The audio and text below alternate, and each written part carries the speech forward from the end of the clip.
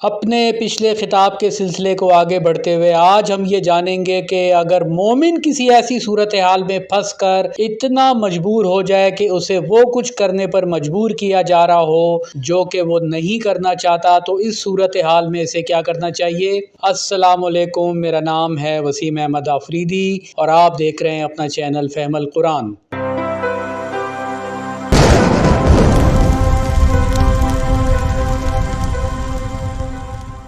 قرآن میں اللہ تعالیٰ نے مختلف مقامات پر دو اصطلاحات استعمال کی ہیں، خوف اور طمع۔ خوف کا مطلب تو خوف ہی ہوتا ہے اور طمع کا مطلب ہوتا ہے کسی چیز کی خواہش کرنا یا پھر کسی چیز کا لالچ کرنا۔ اس دنیا کی زندگی میں اگر ہم کسی انسان کو قابو کرنا چاہیں تو اس کے دو ہی طریقے ہیں، یا تو اسے خوف زدہ کر دیا جائے یا پھر اس کی کسی خواہش کو اسی کے سامنے رکھتے ہوئے کہا جائے کہ اگر تم ہمارا فلاں کام کر دو تو ہم تمہاری فلاں خواہش کو پوری کر دیں گے، اور یوں انسان خوف یا لالچ میں آ کر دوسرے کے ہاتھوں میں کھلونا بن جاتا ہے، اور ایسی ہی صورتحال کا مومنوں کو بھی اکثر سامنا کرنا پڑتا ہے۔ لہٰذا ایسے مواقع پر اللہ تعالیٰ نے انسان کی اس نفسیات کو نمایاں کرتے ہوئے اسے تجویز دے رہا ہے کہ اگر ایسا موقع آ جائے تو پھر ان دونوں سوچوں کو میرے ساتھ منسلک کر دو تو فائدے میں رہو گے۔ اب ہم درجہ بدرجہ آیات کوٹ کرتے ہوئے ان اصطلاحات کے مفہوم واضح کرتے ہیں۔ سب سے پہلے سورہ السجدہ کی آیت نمبر 16 پر بات کرتے ہیں۔ اس آیت کے مطابق مومن اصحاب بھلائی کے کاموں میں اتنے زیادہ مصروف ہیں کہ دن رات کا پتہ نہیں، لہٰذا کئی مواقع پر انہیں کئی ایسی صورتحال کا سامنا کرنا پڑتا ہے کہ کوئی بھی نیا اسٹیپ لینے سے پہلے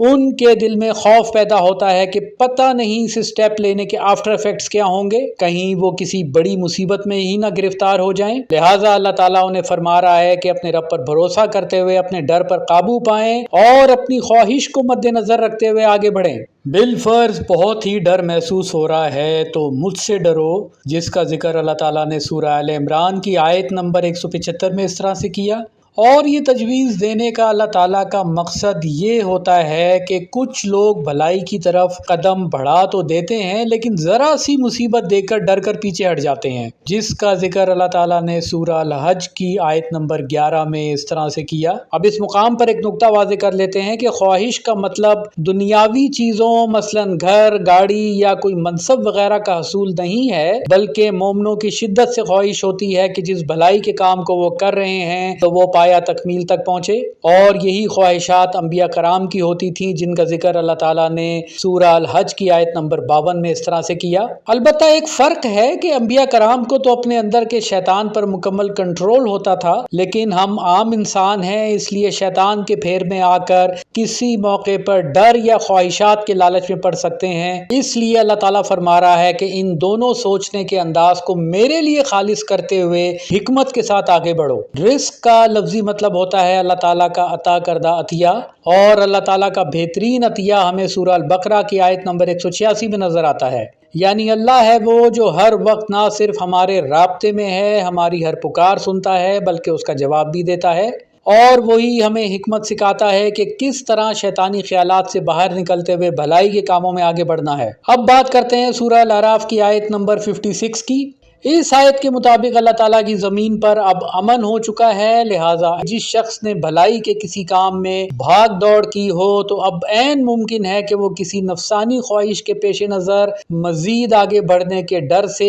یا لالچ میں پڑ کر اپنے کمفرٹ زون میں چلا جائے اور کوئی ڈیل کرتے ہوئے دنیاوی چیزوں کی طرف لپکنا شروع کر دے۔ لہٰذا ایسے موقع پر بھی اللہ تعالیٰ ہمیں احساس کروا رہے ہیں کہ اللہ نیک کردار لوگوں کو پسند فرماتا ہے، اس لیے اپنے اندر کے ڈر اور لالچ کو ہمارے لیے خالص کرتے ہوئے مزید بھلائیوں کی طرف قدم بڑھاتے چلو۔ الغرض معاملہ صرف یہ ہے کہ یہ دنیا کی زندگی جہد مسلسل ہے، اور اللہ تعالیٰ سورہ البقرہ کی آیت نمبر 148 میں واضح فرما رہا ہے کہ اپنے اپنے رخ یعنی اپنی اپنی استطاعت کے مطابق کوشش کرتے ہوئے نیکیوں میں ایک دوسرے سے سبقت لے جاؤ۔ اب بات کرتے ہیں سورہ الروم کی آیت نمبر 24 کی۔ اس آیت کو سمجھنا بہت ہی آسان ہے۔ قرآن میں اللہ تعالیٰ نے کئی مرتبہ اپنی قدرت کی نشانیوں کی واضح مثالیں دیتے ہوئے انسانی نفسیات کو نمایاں کیا ہے۔ مثال کے طور پہ سورہ البقرہ کی آیات نمبر 19-20 میں اللہ تعالیٰ نے گمراہ لوگوں کی مثال اس طرح سے دی ہے۔ بالکل اسی طرح سورہ الروم کی آیت نمبر 24 میں اللہ تعالیٰ نے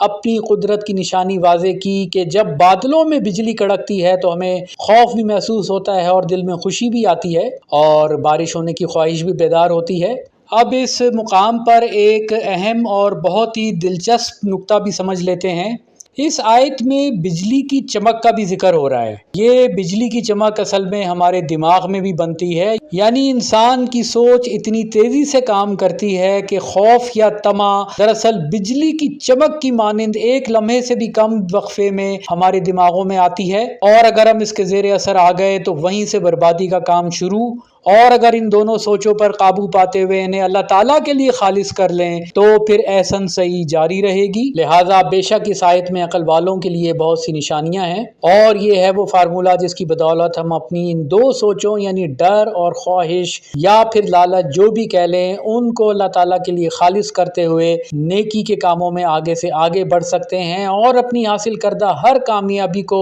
پہلا اسٹیپ ہی سمجھنا چاہیے۔ اب سوال یہ پیدا ہوتا ہے کہ روز مرہ کی گزرتی ہوئی زندگی میں ہمارے لیے یہ کافی مشکل کام ہے کہ ہم ہر وقت سورہ البقرہ کی آیت نمبر 186 کو ذہن میں رکھتے ہوئے اللہ تعالیٰ سے رہنمائی لیتے رہیں، کیونکہ دنیاوی کام بھی کرنے پڑتے ہیں۔ لہٰذا اس مسئلے کا حل ہم اپنے اگلے خطاب میں جانیں گے۔ اس وقت تک آپ سب پر سلامتی ہو۔